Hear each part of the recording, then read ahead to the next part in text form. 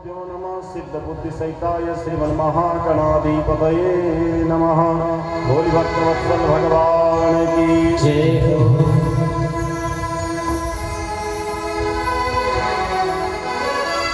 पवित्र वसुंधरा व्यासपीठ की इस पवित्र वसुधा को वंदन करते हुए परम पूज्य सद्गुरुदेव के चरणों में कोटि कोटि वंदन, माता पिता के चरणों में व्यासपीठ से कोटि कोटि वंदन,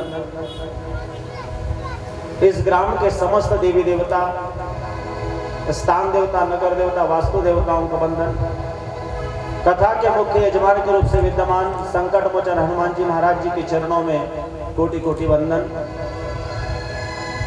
यह पवित्र वसुंधरा आज चंदन है, जहां आप बैठे हैं ये भूमि चंदन है। इस भूमि को व्यासपीठ से वंदन है और जब भगवान की कथा श्रवण करने आए हैं उन सबका व्यासपीठ से अभिनंदन है, अभिनंदन है, अभिनंदन है। परात्पर परब्रह्म अविनाशी परमात्मा की कथा हम श्रवण कर रहे हैं। आइए अपने पवित्र जिह्वा से भगवान नाम का संकीर्तन करते हुए भागवत की रहस्यमयी कथा में हम प्रवेश करें। वाणी से भगवान नाम का स्मरण करते हुए दोनों हाथों से ताली सेवाओं के साथ कहें, जय जय राधा रमन हरि बोल, जय जय राधा रमन हरि बोल, जय जय राधा रमण हरि बोल, जय जय राधा रमण हरि बोल, जय राधा रमण हरि बोल, जय जय राधा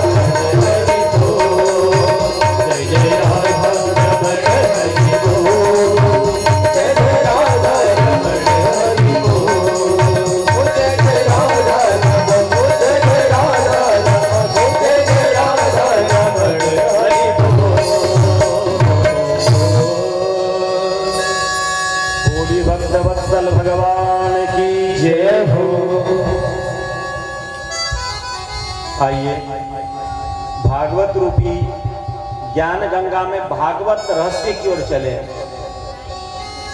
ये भागवत की कथा कर रहे हैं ना, भागवत रहस्य को कह रहे हैं। और कई लोगों की आदत होती है जो सुना होता है ना वो सुनने की बड़ी इच्छा होती है, लेकिन हो सकता है ये कथा में आपने कभी कुछ सुना ना हो, वो सुनने मिल जाए। हाँ, इसी का नाम है रहस्य।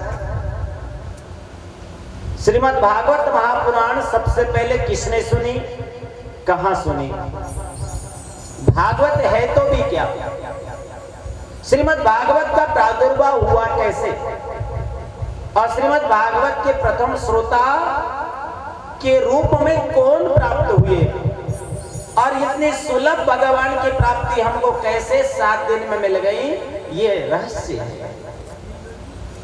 श्रीमद् भागवत कथा का प्रादुर्भाव संत के सानिध्य में हमको प्राप्त हुई है, देवर्षि नारद जी के द्वारा।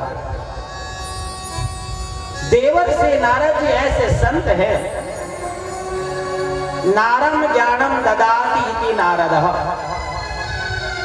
नारद जी एक ऐसे पात्र हैं जहां पर चले जाए, झगड़ा हो रहा हो, समझ लेना नारद जी पहुंच गए तो झगड़ा शांत हो जाएगा।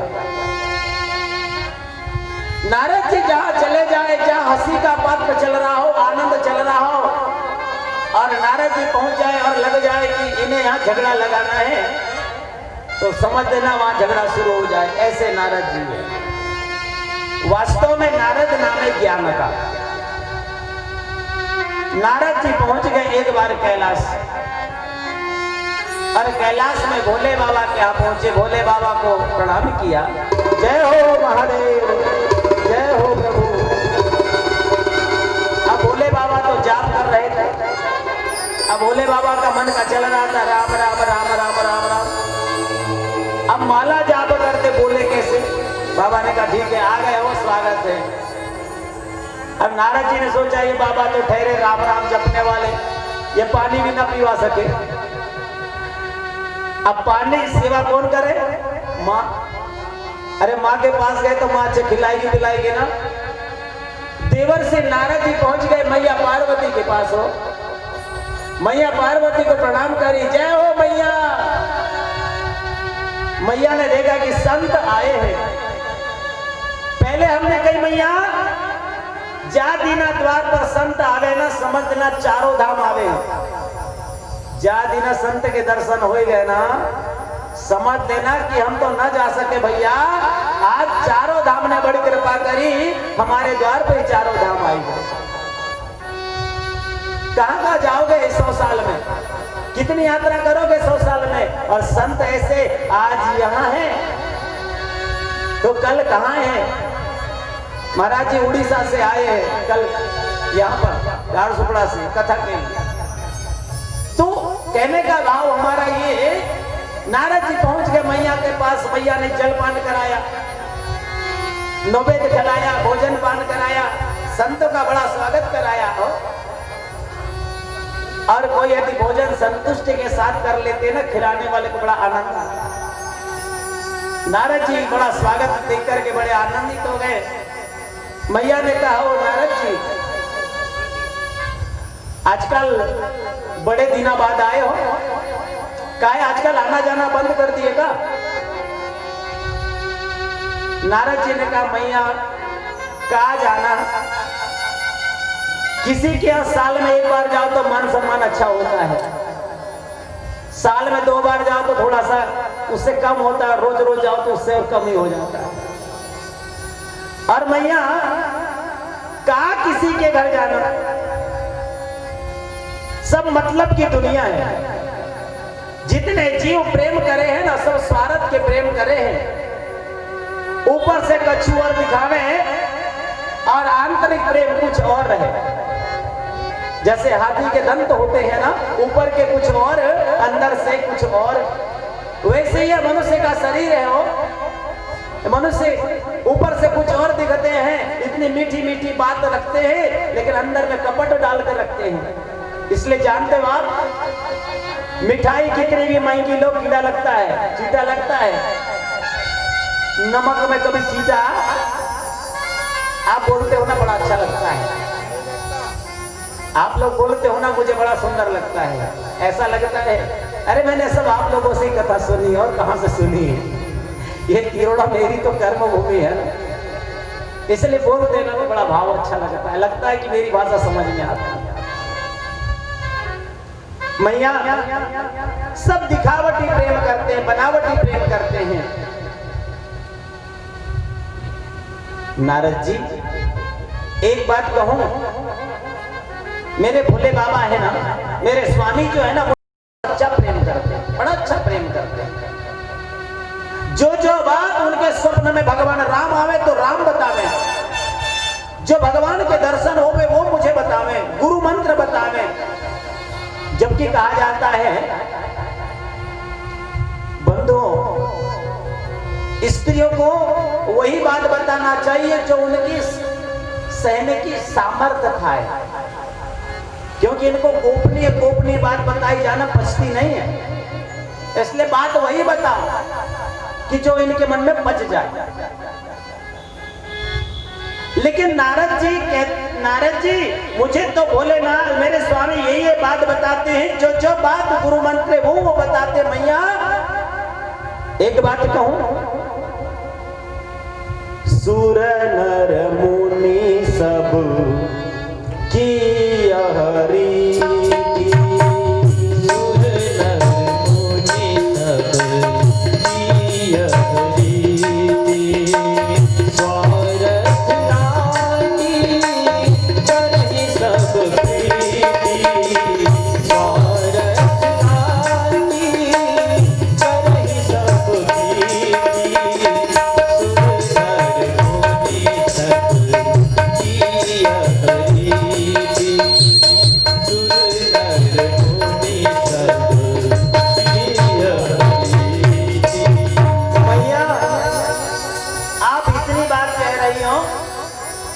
बोले बाबा एक एक बात बताते हैं। बोले हाँ मुझे एक एक बात बताते हैं। तो नारद जी ने कह दिया, मैया ये बताओ, भोले बाबा जो 2400 घंटे गले में जो माला डाले हैं, कौन सी माला है? भोले के गले में 2 माला है, एक अक्षमाला और दूसरी है मुंडमाला। एक है अक्षमाला जिसका कभी क्षय नहीं होता, और दूसरी है मुंडों की माला।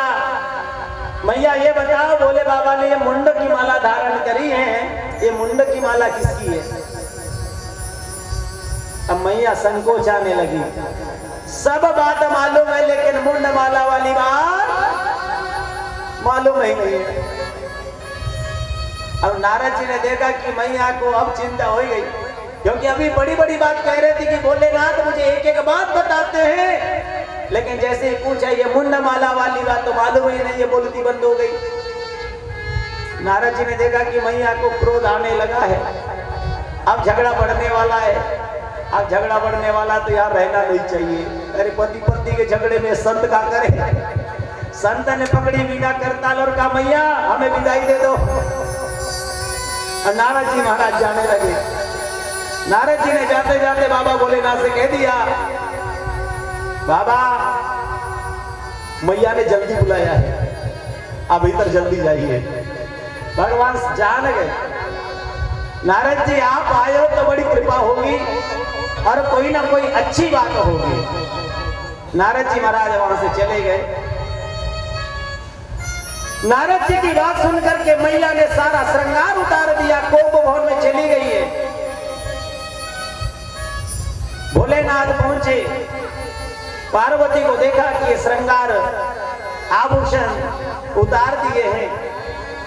भोलेनाथ पार्वती से कहने लगे, देवी क्या हुआ, हमसे क्यों रूठ गई हो, क्या बात है? मैया ने कहा, बाबा आप ऊपर से काले हो और अंदर से भी काले हो। भोले बाबा कहने लगे, हाँ देवी सबको दिखाई देता है कि मैं ऊपर से काला हूं, अंदर का काला कहते कपट को। कहने का भाव है कि मैंने आपसे कपट किया, कौन सा कपट किया? पार्वती कहने लगी, बाबा आप ये गले में जो 24 घंटे माला पहने रहते हो, ये माला किसकी है आपने बताया? इस बात को कभी नहीं बताया।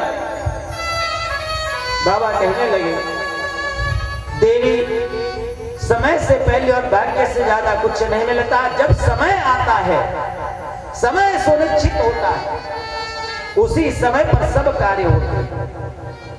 मैं सोचा कोई प्रतीक्षा का समय आवेगा, मैं बता दूंगा, लेकिन आज पूछ रही हूं तो बता देता हूं, ये गले में माला किसी और के नहीं है, तुम्हारे ही माला है, मेरी माला। हाँ देवी, इस पृथ्वी पर जब पापाचार, दुराचार, अत्याचार होवे और महिषासुर जैसे दानव दुष्ट का वध करने के लिए आप इस पृथ्वी पर जब अवतरित होवे और उस दुष्टों का नाश करे, तब मैं उस मुंड की माला बना करके मैं अपने गले में डाल लेता हूं। किसी दुष्ट की माला नहीं है, किसी राक्षस की माला नहीं है, ये आपकी ही माला है। लो कर लो बात। अब तो कपटी नहीं, आप तो महाकपटी निकले हो, महाकपटी।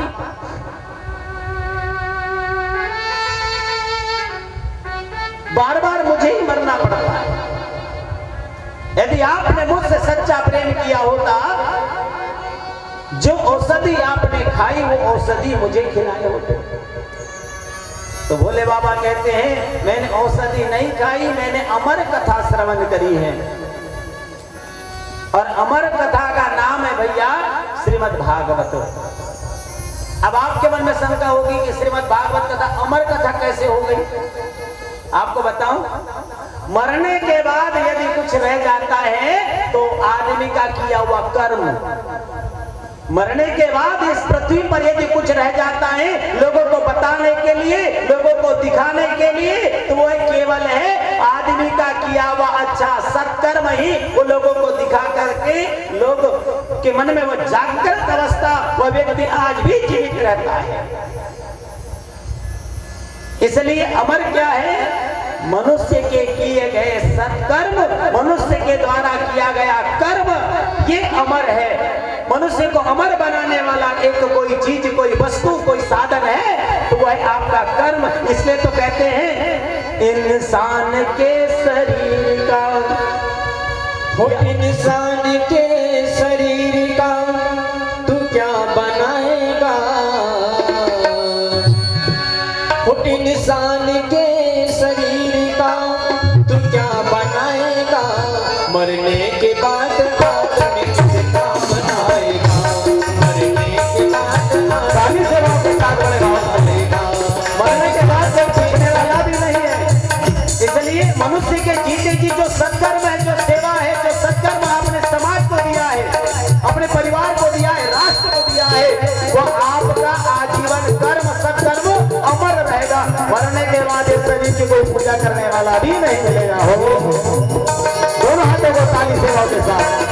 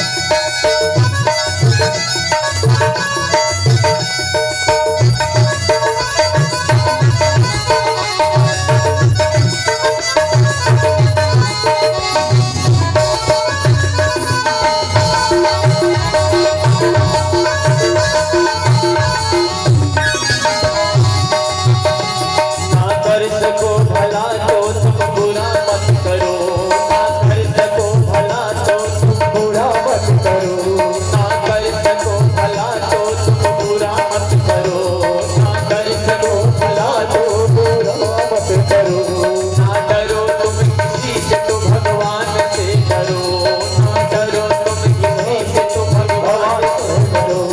ऐसा करेगा तू यहाँ वैसा ही पाएगा, ऐसा करेगा तू यहाँ वैसा ही पाएगा, मरने के बाद आदमी किस काम आएगा, मरने के बाद आदमी किस काम आएगा। इंसान के शरीर का क्या बनाएगा, मरने के बाद आदमी किस काम आएगा, मरने के बाद आदमी किस काम आएगा, मरने के बाद आदमी किस काम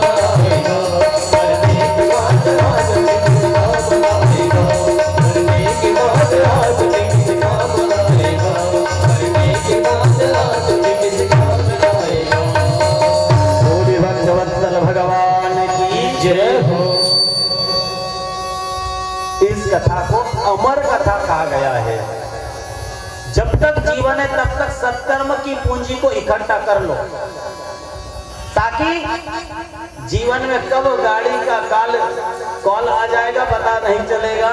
इसलिए सत्कर्म करो और अपने आप में एक संतुष्टि की पूंजी बना करके तैयार हो जाओ। वो है अमर कथा, और ये भागवत रूपी ज्ञान गंगा ही अमर कथा है।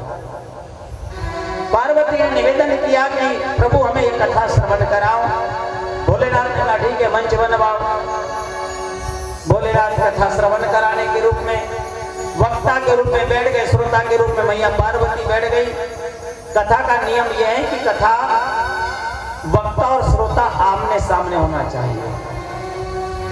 पीछे बैठ करके कथा को नहीं सुनना चाहिए। कथा में किसी की निंदा नहीं करना चाहिए। कथा का नियम है, कथा में सोना नहीं चाहिए। भोले बाबा कथा बताने लगे। अब मेरे जैसे नहीं कि मैं आंखें खोल करके देख रहा हूँ, आंखें बंद करके भोले बाबा कथा सुना रहे हैं। मैया पार्वती कथा को श्रवण कर रही है। किशोरी राधा रानी की प्रेरणा से सुगा तोता का जो एक साबुदंडा है वो कथा प्रबंधन के पीछे पड़ गया। योगा योग ऐसा हुआ कि कथा प्रारंभ हुई, उस अंडे ने एक सुगा अर्थात तोते का रूप ले लिया। कथा प्रारंभ हुई, पहले दिन की कथा हुई, बड़ा आनंद आया। दूसरे दिन की कथा हुई, थोड़ा और आनंद आया। तीसरे दिन की कथा हुई और आनंद आया। चौथे दिन की कथा में हो क्या गया, मैया पार्वती को नींद आ गई। अब मैया को जब नींद आ गई तो सुगा ने देखा कि अरे जन्म होते ही भगवान की कथा को श्रवण करना कितना बड़ा भाग है। जिस दिन बालक का जन्म हो, बालक के कान में जरूर बोल देना राम राम सीताराम, जरूर बोल देना। कितना सुंदर दिव्य अनुभव होगा। अब वो सुगा श्रीमद् भागवत कथा को श्रवण करने लगे। अब नियम यह था कि मैया पार्वती से कह दिया था कुछ न ओ बोलते जाना, हुकार देते जाना। अब मैया सो गई। अब उस तोता को लगा कि यह कथा विश्राम हो जाएगी। इतना सुंदर अवसर मुझे प्राप्त हुआ है, ये कहीं निकल न जाए, इसलिए वह सुगा वो कथा सुनने लगा। बीच में ओ बोलने लगा। और जैसे 7 दिन की कथा हो गई, महाराज भोले बाबा ने जैसे जोर से जयकार लगाई, बोली भागवत भगवान की जय हो। मैया पार्वती की नींद खुल गई। स्वामी वो विदुर जी के बाद क्या हुआ? यानी जहां कथा सुनी थी, जहां से नींद लगी थी ना, वहीं पर कथा याद थी, बाद की याद नहीं। आगे क्या हुआ लो कर लो बाप। पूरी कथा हो गई और ये विदुर जी पे अटकी है। भोले बाबा कहते कोई बात नहीं। जब ये सुन रही थी तो कथा सुन कौन रहा था? आगे देखा कोई दिखाई नहीं दिया। पीछे दृष्टि पड़ी एक तोता सुगा, वो कथा श्रवण कर रहे थे। भोले बाबा ने देखा कथा सुनना अपराध चाहिए, लेकिन पीछे बैठ के सुनना अपराध है। और अपराधी को दंड मिलना चाहिए, चाहे अपराध छोटा करे चाहे बड़ा करे। भोले बाबा के नजर में यह है कि उसे दंड मिलना चाहिए, जैसा कार्य है वैसे दंड मिलना चाहिए।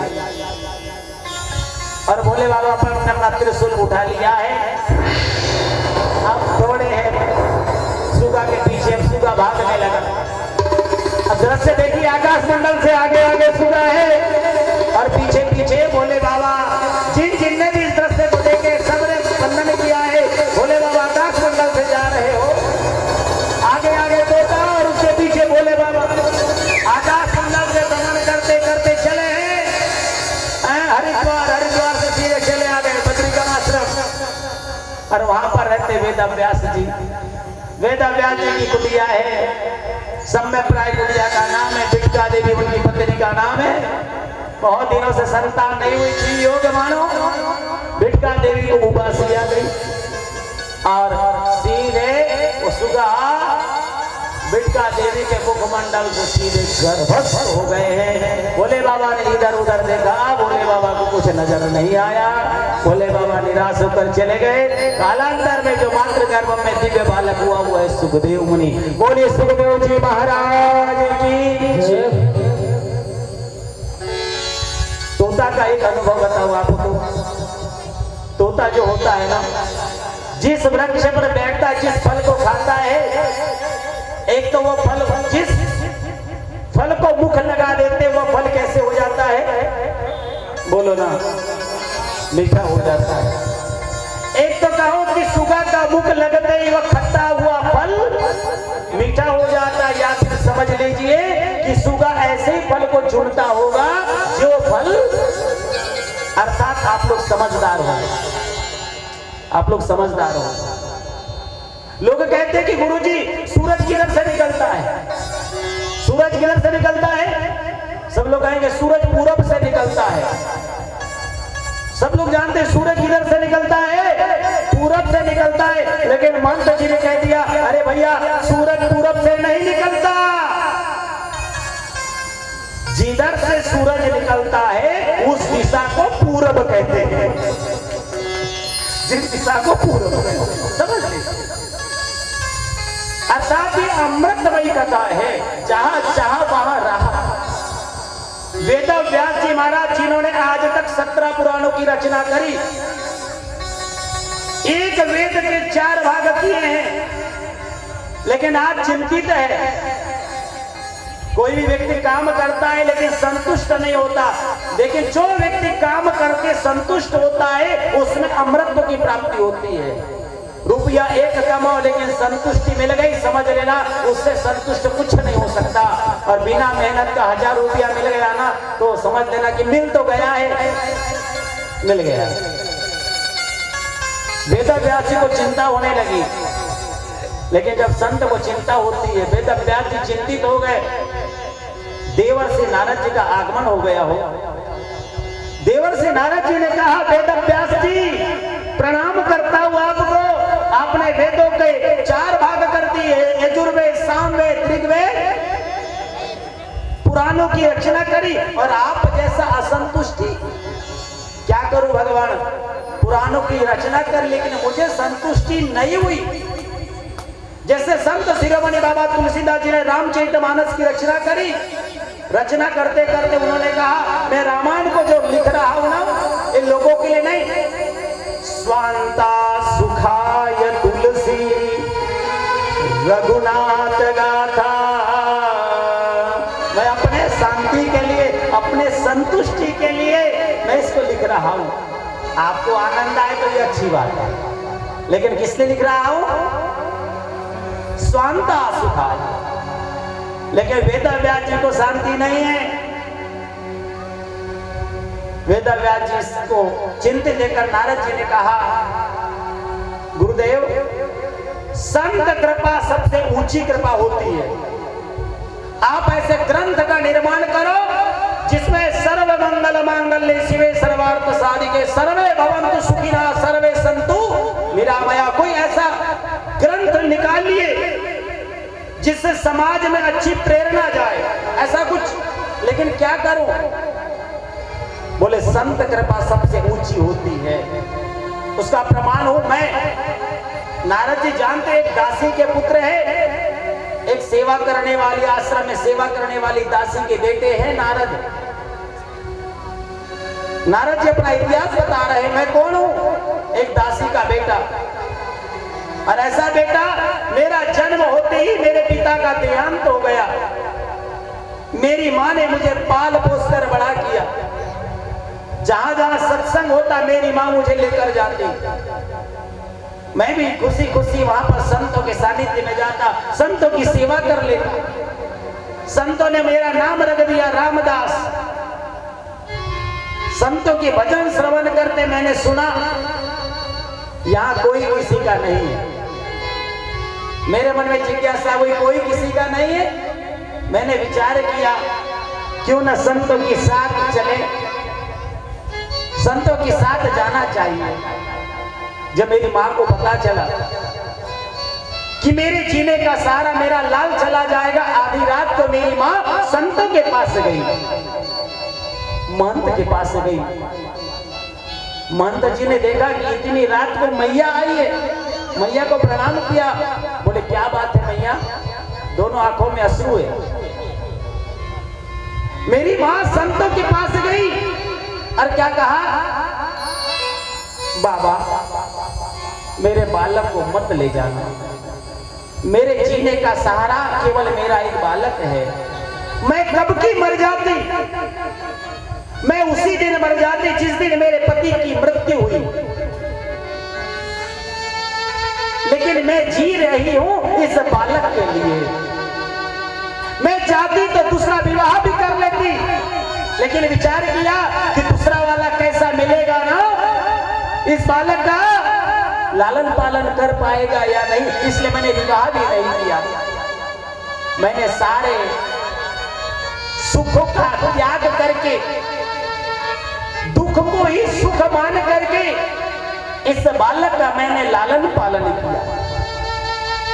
ये बालक आज छोटा है, कल चल के बड़ा होगा और यह बालक ही मेरे स्वप्नों को साकार करेगा। इसलिए मैंने सर्वस्व सुख को त्यागा इस बालक के लिए। और आज मुझे पता चला कि मेरा बालक मुझे छोड़कर जा रहा है। गुरुदेव मुझसे रहा नहीं गया। गुरुदेव कृपा करना, मेरे बालक को मत ले जाना, मत ले जाना, मत ले जाना। रोती बिलखती हुई घर चली गई। रात को मैया को भी नींद नहीं आई और रात को महंत को भी नींद नहीं आई। और रामदास बढ़िया सो रहा है, कल सुबह हमको जाना है। सुबह हुई, एक झोला ले लिए और वह बालक पहुंच गए संतों के पास। चलो गुरुदेव, चले वृंदावन चलना है ना, चलो चलो चलो। महंत जी विचार करने लगे कि एक छोटा सा बालक बाल्यकाल से वृंदावन चलने के लिए तैयार, ऐसा बालक यदि हर घर में मिल जाए तो कितना अच्छा होगा। लेकिन याद आई बालक की मां जो रात को कह गई थी, क्या कहे, मां की सुने कि बालक की सुने। संत ने मां को प्रणाम किया और बालक से कहा, बेटा तुमने भागवत सुनी? भागवत सुनी क्या? बोले हाँ सुनी। क्या सुनी? बोले गुरुदेव यहाँ कोई किसी का नहीं है। बोले बेटा भागवत में ये भी बात लिखी है, मातृदेवो भव, पितृदेवो भव, आचार्य देवो भव। भागवत में लिखी है। पहले बेटा माँ बाप की सेवा करो, माता पिता की सेवा में तुमको चारों धाम की प्राप्ति होती है। यदि माता पिता की सेवा न की और तुम चारों धाम करने जा रहे हो, आपको चारों धाम का फल नहीं मिलेगा। लेकिन हम चकाचौंध की जिंदगी में जी रहे हैं, माता पिता को वृद्धाश्रम में रख रहे हैं और चारों धाम की यात्रा कर रहे हैं। कहां से यात्रा सफल होगी हो? ऐसी यात्रा कोई काम की नहीं है। इसलिए मातृदेवो भव, माता की सेवा करो। पिताजी तुम्हारे हैं नहीं, जब तक माता की सेवा हो में चले आना वृंदावन। कोने रोका है, चले आना। और संत महाराज वहां से चले गए। अब रामदास बालक को लगन लग गई, हाथ में माला लिए जाप करने लगे। जाप करने जो हम बैठे, मैया को लगा मेरा बेटा बाल अवस्था से कहीं संत न बन जाए। मैया बुलाने लगी, बेटा रामदास इधर आओ। जब जब वो बालक पूजा करने बैठे तो मैया को लगे कि मेरा बेटा संत न बन जाए, महंत न बन जाए, बुला लेती। एक दिन मन में जिज्ञासा हुई, ये मेरी माँ ना मुझे न भक्ति करने देती है, न पूजन करने देती है, न कोई पाठ करने देती है, ये मर क्यों नहीं जाती? कभी कभी आजकल के बच्चे होते हैं ना, कभी माता पिता डांटते हैं पढ़ाई के लिए, तो बच्चे लोग क्या कहते हैं, ये मेरी माँ सगी माँ नहीं है मेरी, ये मेरी माँ आधी है। यदि मेरी सगी माँ होती ना तो मुझसे प्रेम करती, मुझे ना डांटती। अरे बच्चों को खेल खिलौना दे दे, तो सामग्री लाकर दे दे तो अच्छी माँ है, और एक आध दिन डांट दे तो आधी माँ है। ये बच्चे लोग भी ना अपनी तुतली तुतली भाषा में माता पिता को भी सम्मोहित कर देते। वो बालक के मन में लगा ये मर क्यों नहीं जाती? संसार में मां कैसी भी हो, मां के प्रति ऐसा भाव किसी भी बालक को नहीं करना चाहिए। क्योंकि एक बात बताऊं, मां कौन है वो? आप हर चीज अपने मर्जी से ले सकते हो, अपने मर्जी की गाड़ी ले सकते हो, अपने मर्जी का बंगला ले सकते हो, अपने मर्जी का मकान बना सकते हो, अपने पसंद की पत्नी भी चुन सकते हो, लेकिन अपने पसंद की मां नहीं मिलती हो जी। अपने पसंद की क्या चीज नहीं मिलती?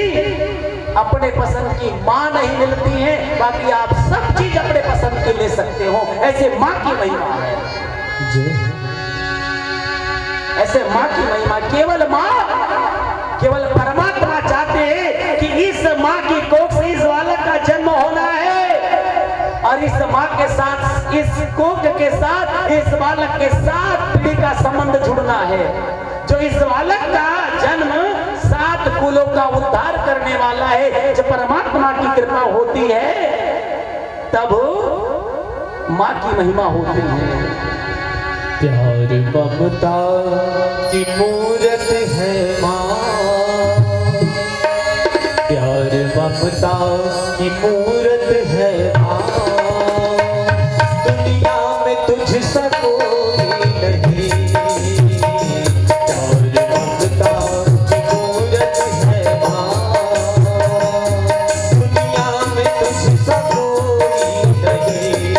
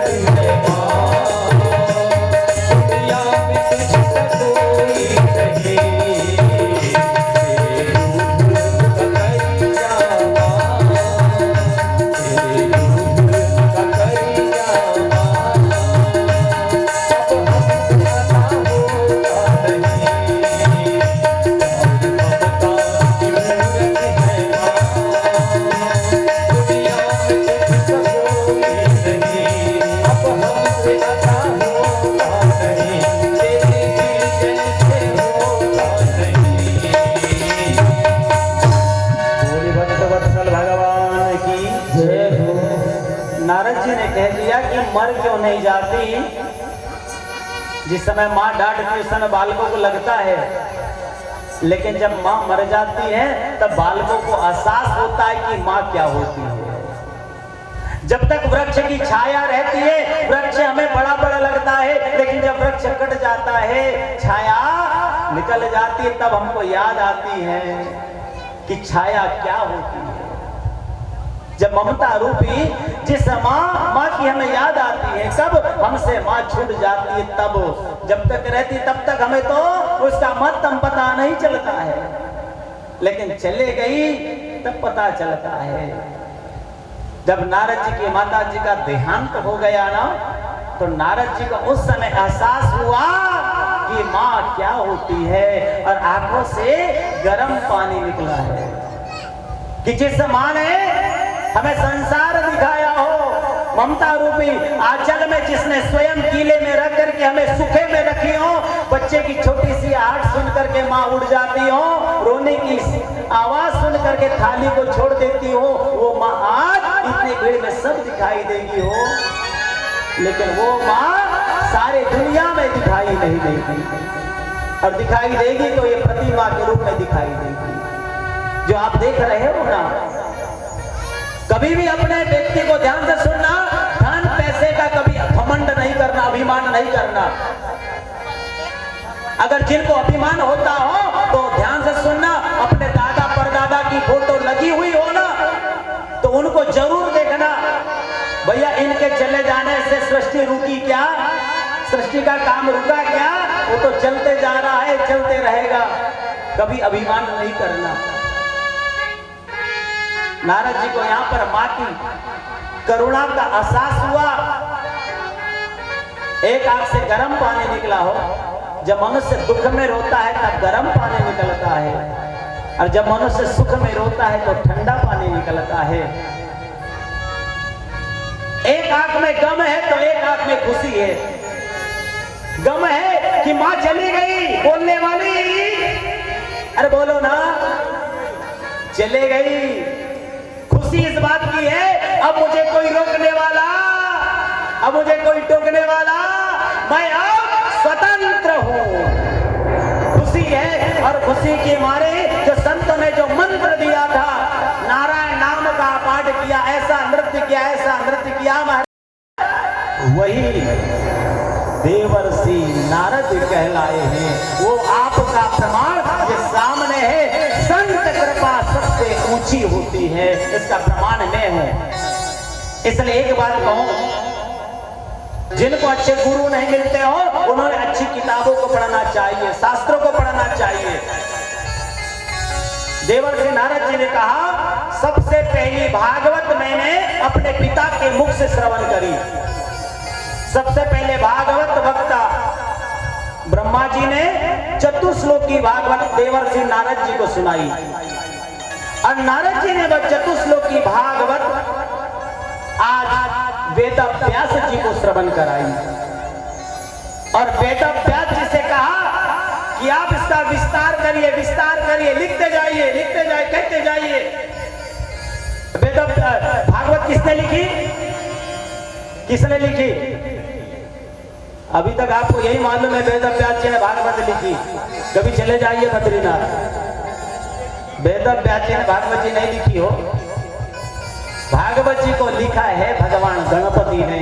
बोले गणेश भगवान की कहिए, किसने? वेदव्यास जी ने। और वेदव्यास जी कहते गए 18,000 श्लोक, 12 स्कंद से एक ग्रंथ का निर्माण हो गया। उस ग्रंथ का नाम है श्रीमद् भागवत। बोलिए श्रीमद् भागवत महापुराण की जय हो। ये 18वां पुराण है। अब वेदव्यास जी ने सोचा पुराण भी हो गया, वक्ता भी मिल गया है, लेकिन श्रोता वक्ता के रूप में सुखदेव मुनि की परीक्षा लेने के लिए जनक जी के पास भेजा। सुखदेव महाराज जी के गुरु है महाराज जनक, और जनक जी के गुरु है अष्टावक्र जी। जनक जी महाराज के गुरु कौन है? अष्टावक्र जी, जिनको शरीर से कोई लेना देना नहीं, ज्ञान की पूजा सारे विश्व में होती है। अष्टावक्र को देख करके ये बड़े बड़े सुंदर सुंदर चमड़ी वाले हंसने लगे थे। अरे बोले तुम यहाँ पर चर्चा करने आए हो ज्ञान की और देख क्या रहे हो चमड़ी की। अरे चर्चा करना हो तो ज्ञान की करो, ज्ञान की पूजा सारे विश्व में होती है। तुम तो अष्टावक्र जी गुरु है महाराज जनक के, और जनक जी ने सिक्का लगा दिया कि सुखदेव मुनि ने काम और क्रोध को जीत लिया है। भागवत का वक्ता वही है जिसने काम को जीत लिया हो और क्रोध को जीत लिया हो। वक्ता तो मिल गए लेकिन श्रोता के लिए चलना पड़ेगा श्रीमद् भागवत महापुराण में, महाभारत कथा में। जब तक महाभारत नहीं होगी तब तक परीक्षित का जन्म नहीं होगा। और महाभारत आप सभी लोग जानते हो। कभी कभी कुछ लोग पूछते गुरुजी घर में रामायण रखना चाहिए कि महाभारत? कौन सा ग्रंथ रखोगे आप घर में? रामायण रखोगे कि महाभारत? भैया रामायण रखोगे, पढ़ोगे कितने दिन? पढ़ोगे या नहीं पढ़ोगे नहीं मालूम, लाल कपड़ा में बांध कर रख दोगे। महाभारत घर में नहीं रखेंगे, लेकिन ऐसा कोई घर नहीं होगा जहां पर महाभारत न होता हो। द्रौपदी का शब्द था दुर्योधन के लिए, अंधे की औलाद अंधी, और यहीं से हो गया है एक महाभारत की शुरुआत। दुर्योधन ने प्रण कर लिया है कि 5 पांडवों का विनाश करूंगा, लेकिन कहते हैं जिन्होंने भगवान की शरण ले ली हो उन्हें कौन मार सकता है। महाभारत का भीषण युद्ध आप सभी लोग जानते हो। कुरुक्षेत्र की सैया में दुर्योधन एक एक सांस को गिन रहा है, एक एक पल को गिन रहा है, क्योंकि कहते हैं ना दुष्ट प्रवृत्ति वाला व्यक्ति अंत में प्रायश्चित की अग्नि में चलता है, तब उसका प्राणांत होता है, पछताता है मैंने ये क्या कर दिया। दुर्योधन को कुरुक्षेत्र में पड़ा हुआ असहाय देखकर के वहां पर गुरु द्रोणाचार्य के पुत्र अश्वत्थामा आ गए। अश्वत्थामा ने कहा कि ये दुर्योधन मित्र, ये तुम्हारा हाल किसने किया? 5 पांडव ने किया, मैं 5 पांडव के सिर काट कर ले आता हूं। अश्वत्थामा चल पड़े सेना लेकर के। भगवान श्री कृष्ण जागते रहे, रात्रि का समय है। भगवान को कहां नींद आती हो? जब भगवान के भक्तों पर आफत आने वाली है तो भगवान को नींद नहीं आती है।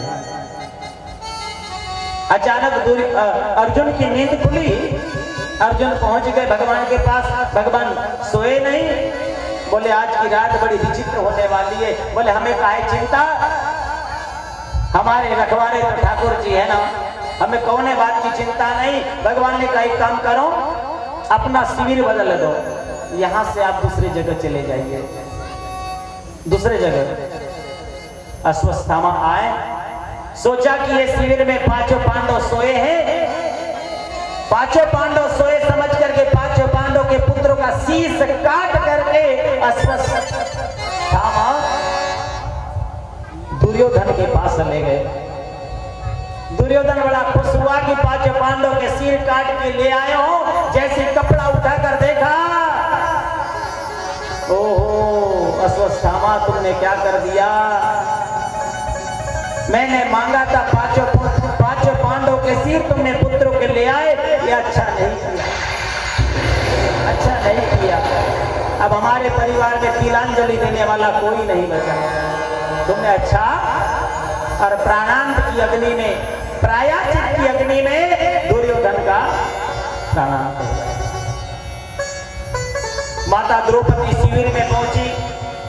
माता द्रौपदी ने देखा कि 5 पांडव बालकों के सिर कटे हुए हैं। जोर जोर से बिलखने लगी। द्रौपदी की रोने की आवाज सुन करके पड़ोस वाली महिला वहां पर आ गई। माताएं आ गई, क्या हुआ? राम राम, किसने किया ऐसा कर्म? 5 बालकों के शीश काट करके कौन ले गया? कौन ऐसा निर्दयी है, कौन ऐसा पापी है? पता पता चला कि अश्वत्थामा है। पांचों पांडव आ गए।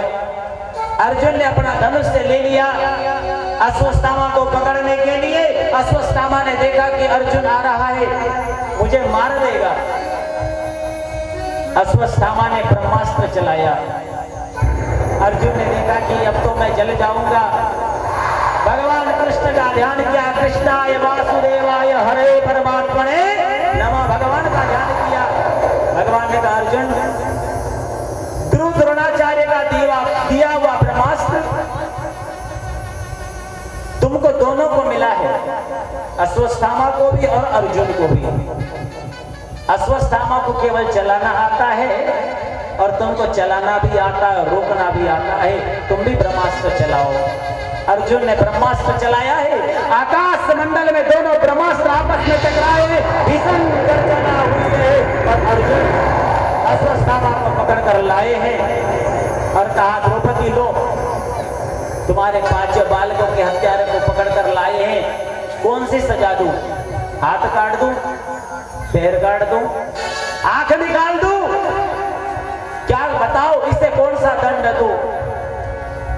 द्रौपदी ने कहा क्षमा करो, क्षमा करो।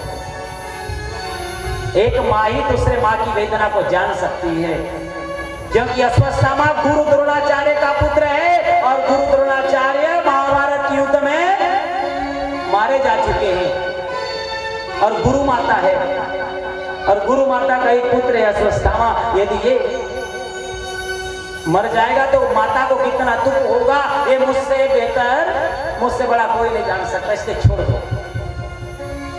लेकिन नियम है, अपराध करने वाले को दंड मिलना चाहिए। अश्वत्थामा की आधी दाढ़ी, आधी मूंछ, आधे सर के बाल निकाल करके, धक्के दे करके निकाल दिया। लेकिन कहते हैं ना, दुष्ट प्रवृत्ति वाला व्यक्ति कभी दुष्टता नहीं छोड़ता। जैसे बिच्छू, सज्जनों, बिच्छू, यदि बिच्छू आग की ओर जा रहा है, आप बचाने का प्रयास करोगे, वो डंक मारेगा, वो अपनी आदत से बाज आने वाला नहीं। ऐसे समाज में दुष्ट प्रवृत्ति वाले लोग डंक मारने वाली आदत को छोड़ते नहीं है। अश्वत्थामा ने देखा कि पांचों पांडव बचे हुए हैं, लेकिन इस पांचों पांडव के एक कुलभूषण है जो भी जन्म नहीं लिए, केवल मातृ गर्भ में है, केवल 3 महीने का गर्भ है और पिता का देहांत हो गया है। वह अभिमन्यु की पत्नी उत्तरा। उत्तरा के गर्भ में एक बालक है। सोचा मैं इसे नष्ट कर दूं, ना इनका वंश रहेगा, ना कोई तिलांजलि देने वाला होगा। और अश्वत्थामा ने ब्रह्मास्त्र चलाया उत्तरा के गर्भ को नष्ट करने के लिए। एक बात ध्यान से सुनना मेरी माताओं, बहुत गहराई वाली बात है। उत्तरा ने देखा ये ब्रह्मास्त्र आ रहा है, मेरे गर्भ को नष्ट कर देगा। उत्तरा ने पांचों पांडवों से सहारा नहीं लिया। क्यों नहीं लिया जानते हो? क्योंकि उत्तरा कौन है? पांचों पांडवों की कौन है? बोलिए ना, पुत्र वधू है। जब ब्रह्मास्त्र आ रहा है तो बोलना चाहिए ना पांचों पांडव से रक्षा करने के लिए, लेकिन नहीं कहा। क्यों? क्योंकि उत्तरा जानती है। क्या जानती है? वो जानती है कि भरी सभा में माता द्रौपदी का चीर हरण हो रहा था और ये पांचों पांडव भी वहां पर बैठे हुए थे। द्रौपदी के चीर हरण के समय पांचों पांडव भी वहीं थे। ये द्रौपदी की चीर को नहीं बचा सके, उनकी लाज नहीं बचा सके, नीचे मुंडी डालकर रहे, क्या मेरी रक्षा कर सकते हैं? इसलिए ध्यान उसी का किया है जो सबके पालनहार है, सबके पालनहार है, उन्हीं का ध्यान किया। और भगवान से कहती है, भगवान से, श्री कृष्ण गोविंद हरे मुरारी, हे नाथ नारायण वासुदेवा, श्री कृष्ण गोविंद हरे मुरारी, हे नाथ नारायण वासुदेवा।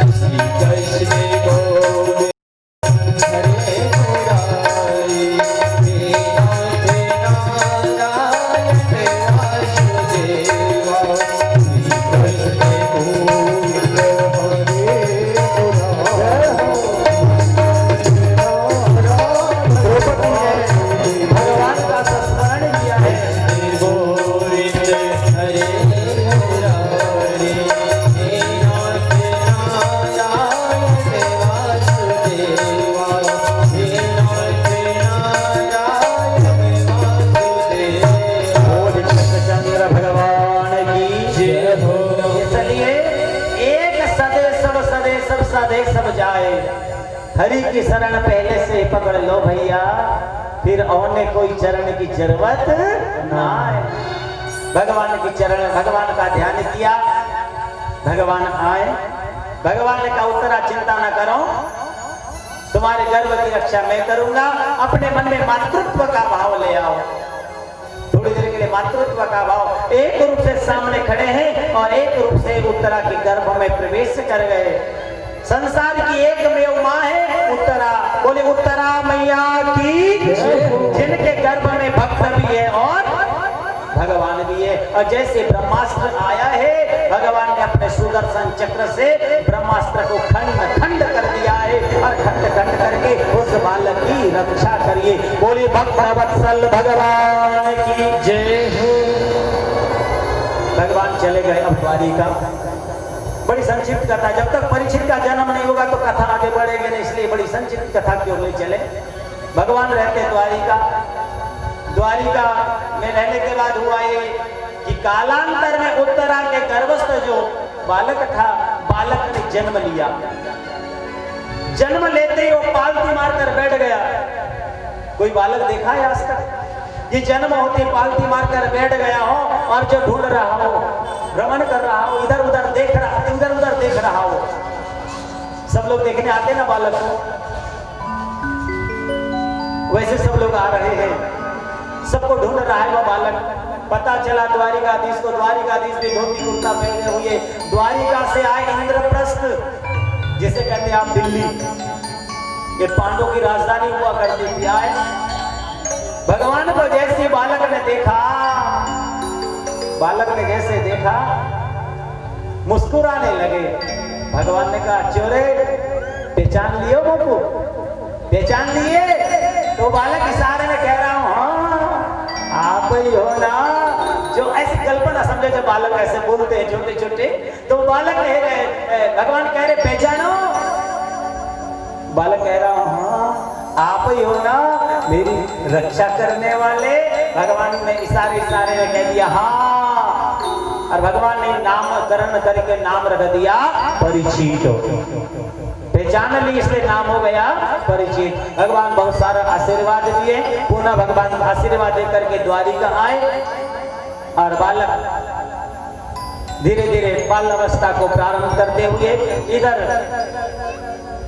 भगवान श्री कृष्ण भी अपनी लीला को पूर्ण करते हुए, क्योंकि द्वापर का अंत होना है और कलयुग का प्रारंभ होना है।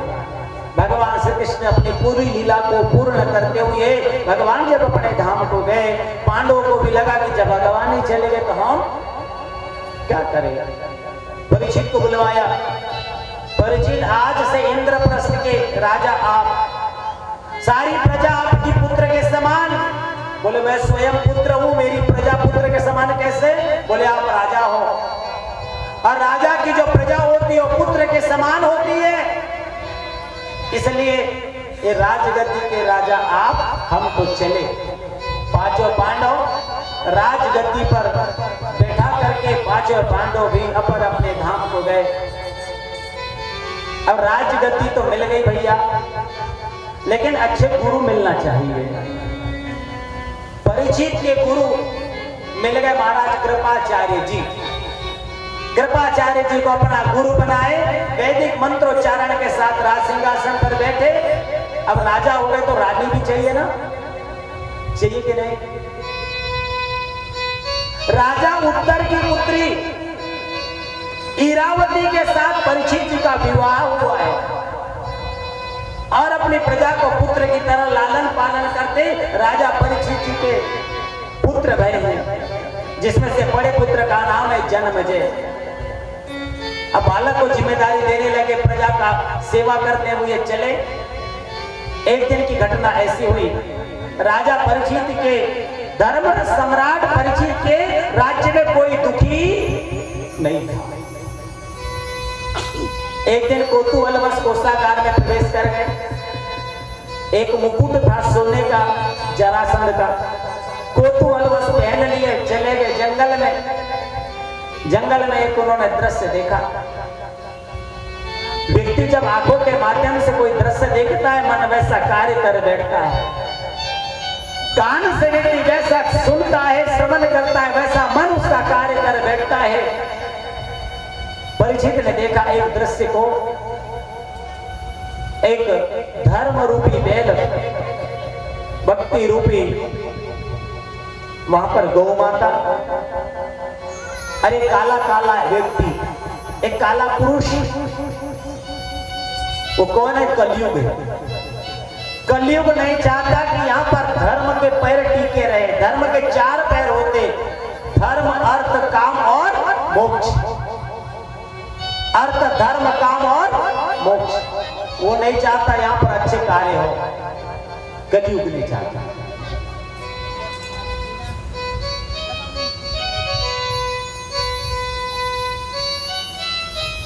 राजा परीक्षित ने दृश्य को देखा कि काला काला पुरुष धर्म रूपी बैल के पैर काटने के लिए उतावला है।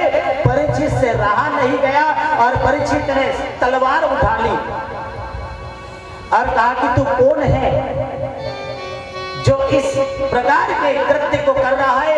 कलयुग ने देखा कि ये महाराज परीक्षित है, यदि मैं इनसे लड़ूंगा तो इनसे जीत नहीं सकता, इसलिए अच्छाई की शरण चले जाना चाहिए। परीक्षित महाराज के शरण चला गया कलयुग। बोले तू कौन है? तो कलयुग कहने लगा कि मैं कलयुग हूं। बोले मेरे राज्य में तुम्हारा कोई काम नहीं, तुम यहां क्यों आए हो? बोले प्रभु, हर किसी का समय होता है, रविवार जाने के बाद सोमवार आता है और सोमवार जाने के बाद मंगलवार आता है। अब की बारी पूर्ण हुई, अब मेरी भी बारी है, मुझे भी यहाँ पर रहने दीजिए, मैं कलयुग हूँ। तो परीक्षित ने कहा ठीक है, तुम्हें हम स्थान देते हैं, वहीं पर आप निवास करो। बोले जी कहिए। परीक्षित ने कहा धूतम पाना स्त्रिया सोना यत्रा धर्मं चतुर्विधा। हे कलयुग, तुम 4 जगह निवास करो। जहां पर जुआ खेलते हो वहां पर निवास करो, जहां पर मदिरा मिलती हो वहां पर निवास करो, जहां पर हिंसा होती हो वहां पर निवास करो, और जहां पर पर स्त्री गमन होता है ऐसे जगह आप निवास करो। कलयुग ने देखा कि ये सब चारों चीजें अच्छी नहीं है और ये चारों जगह में ये महाराज परीक्षित का स्थान आता ही नहीं है। राजा परीक्षित ना जुआ खेलते हैं, ना मदिरा पान करते हैं, ना भिक्षागमन करते हैं, ना हिंसा करते हैं। चारों में कहीं नहीं। तो कलयुग ने कहा कोई अच्छा सा स्थान, कोई अच्छा सा।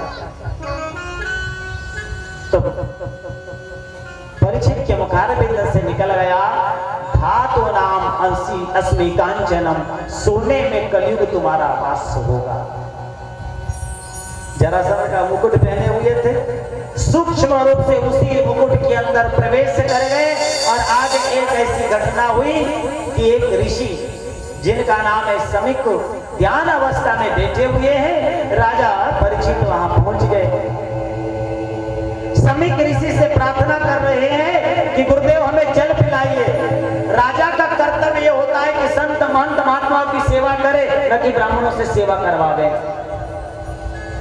राजा का कर्म क्या होता है? संत महात्माओं की, ब्राह्मणों की सेवा करे, न कि ब्राह्मणों से सेवा करवावे। लेकिन मति भ्रम हो गई, इसको कहते विनाश काले विपरीत बुद्धि।